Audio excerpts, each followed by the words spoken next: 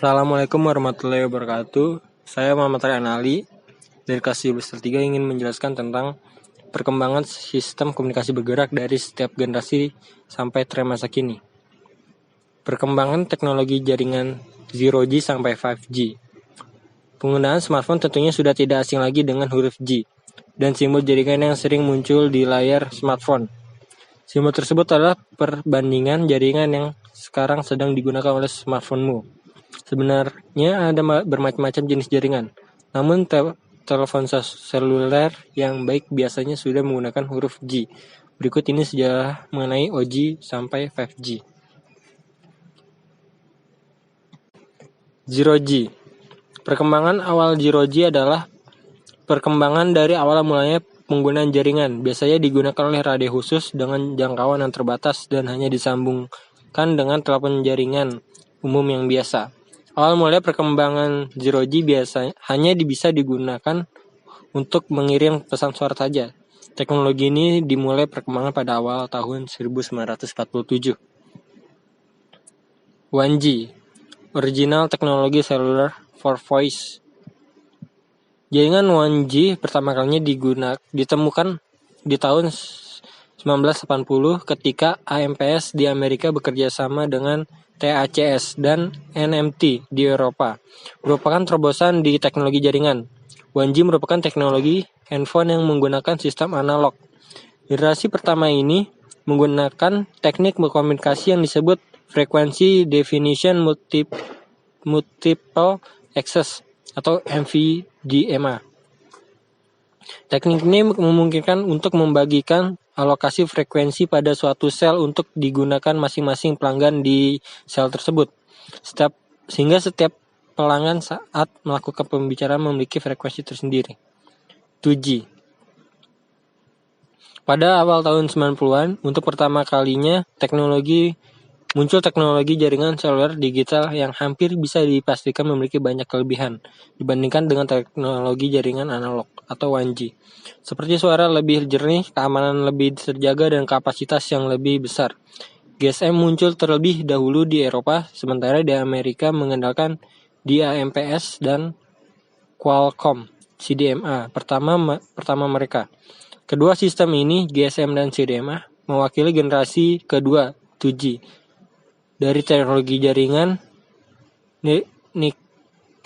kabel dan juga kenyataan bahwa generasi pertama mulai menghilang 1 dekade yang lalu, sehingga harus ada generasi baru. Generasi kedua memiliki fitur CSD, sehingga transfer data lebih cepat, sekitar 14,4 kbps. Anda juga dapat mengirimkan pesan teksakan, tetapi fitur CSD ini akan menghabiskan biaya yang lebih besar karena jika Anda ingin terhubung ke internet, Anda harus menggunakan dial-up untuk menghitung per menit. 3G. Di antara tahun 2001 sampai 2003, FDO Rev0 pada CDMA 2000 dan UMTS pada GSM pertama yang merupakan cikal bakal generasi ke 3G. Diperkenalkan, tapi ini bukan seperti GPRS telah mati. Justru saat itu muncul 8G, Enhanced Data Rates for GSM Evolution.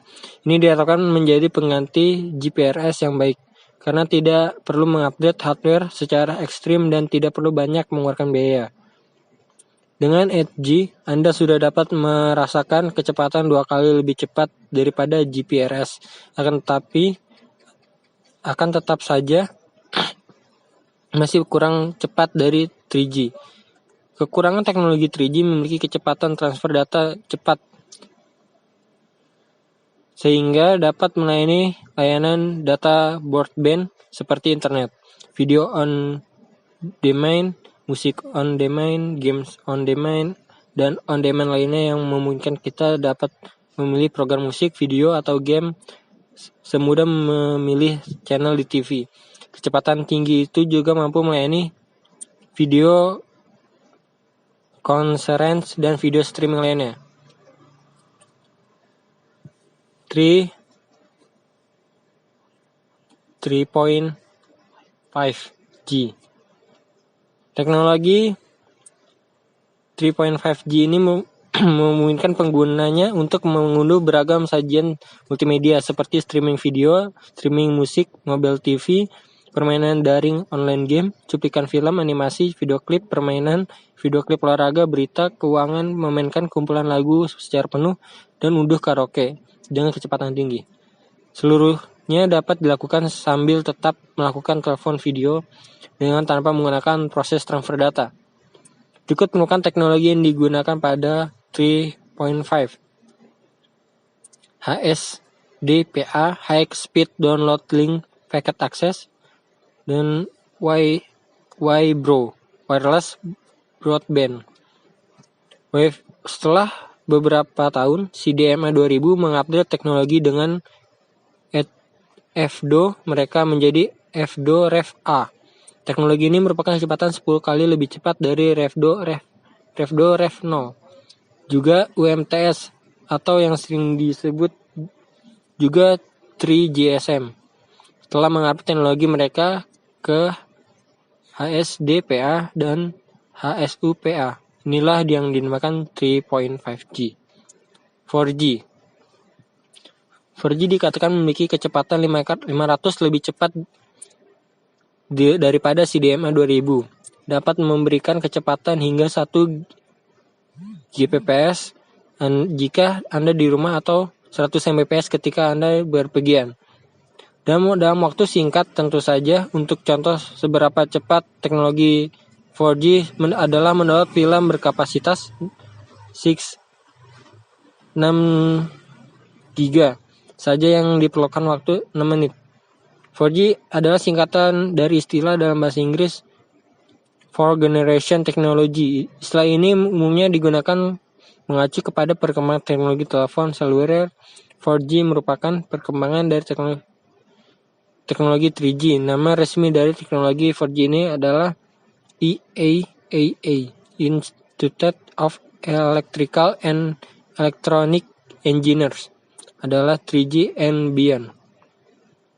Semua jenis radio transmisi seperti GSM, TDMA, 8G, CDMA, 2G, 2.5G akan dapat digunakan dan dapat diintegrasikan dengan mudah dengan radio yang dioperasikan tanpa lisensi seperti IAAA 802.11 di frekuensi 2,4 GHz dan 5-5,8 GHz. Bluetooth dan seluler. Integrasi voice dan data dalam channel yang sama, integrasi voice dan data aplikasi SIP enable. 5G. Teknologi generasi yang saat ini akan segera dikembangkan adalah 5G. Rencana pengenalan generasi ini akan dimulai pada tahun 2020 mendatang. Meskipun belum berkembang sepenuhnya di seluruh dunia, namun teknologi 5G sudah mulai diterapkan di Korea Selatan pada tahun 2017 lalu. Perkembangan 5G diprediksi bisa mentransfer data dari satu gadget ke gadget lain dengan kecepatan 1 mili per detik. 5G atau jaringan generasi kelima adalah nama yang digunakan dalam beberapa makalah peneliti dan proyek-proyek untuk menunjukkan fase utama berikutnya dari standar telekomunikasi seluler, melebihi standar 4G atau EMT, Advanced Effective sejak 2011. Saat ini 5G bukan istilah resmi digunakan untuk spesifikasi tertentu atau dokumen resmi belum diumumkan oleh perusahaan telekomunikasi atau badan standarisasi seperti 3GPP, WiMAX Forum, atau I2R Release. Standar baru di luar 4G, sedangkan berlangsung oleh badan standarisasi. Tetapi saat ini tidak dianggap sebagai generasi ponsel baru, tapi di bawah payung 4G. Terima kasih. Sekian penjelasan dari saya. Wassalamualaikum warahmatullahi wabarakatuh.